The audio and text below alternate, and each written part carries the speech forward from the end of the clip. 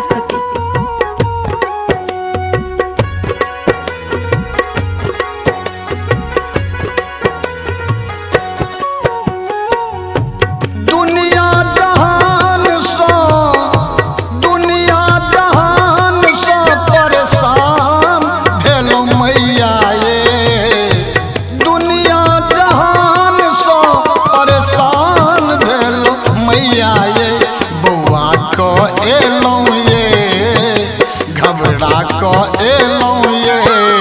बुढ़िया माई के दरबार में घबरा को एलौं ये भद्रकाली के दरबार में।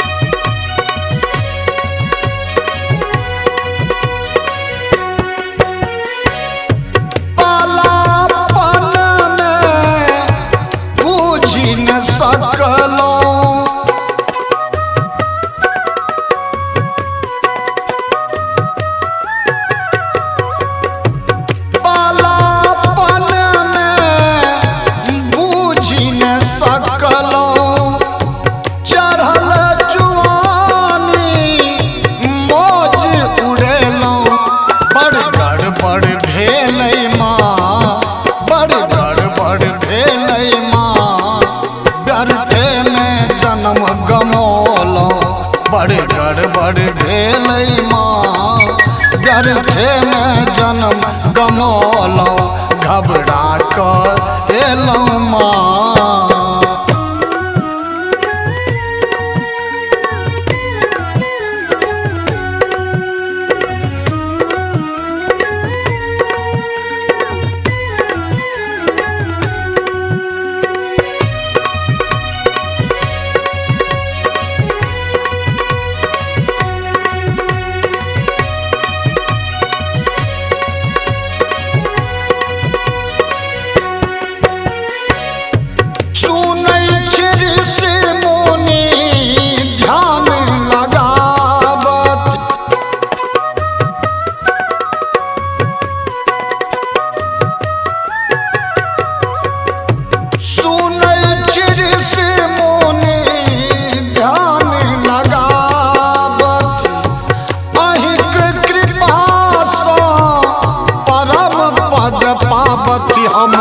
बच्चे छलौ माँ हमहूँ बच्चे छलौ माँ कहू कोना आन ठेलौ हम बच्चे छलौ माँ कहू कोना आन ठेलौ घबरा कर एलौ माँ।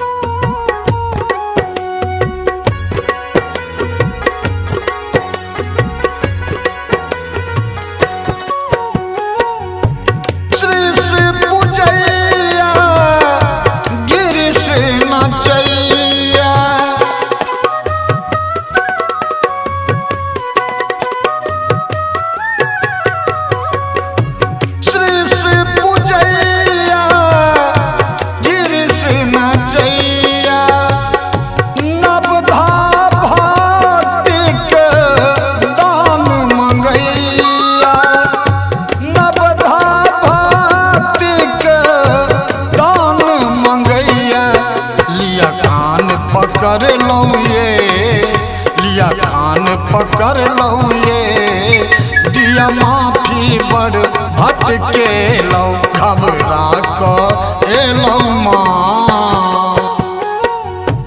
दुनिया जहान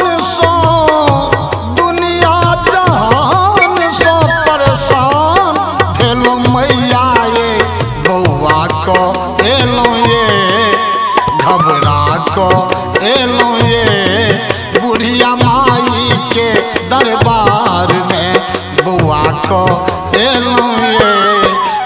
बुढ़िया माई के दरबार में घबरा को एलौं ये बुढ़िया माई के दरबार में।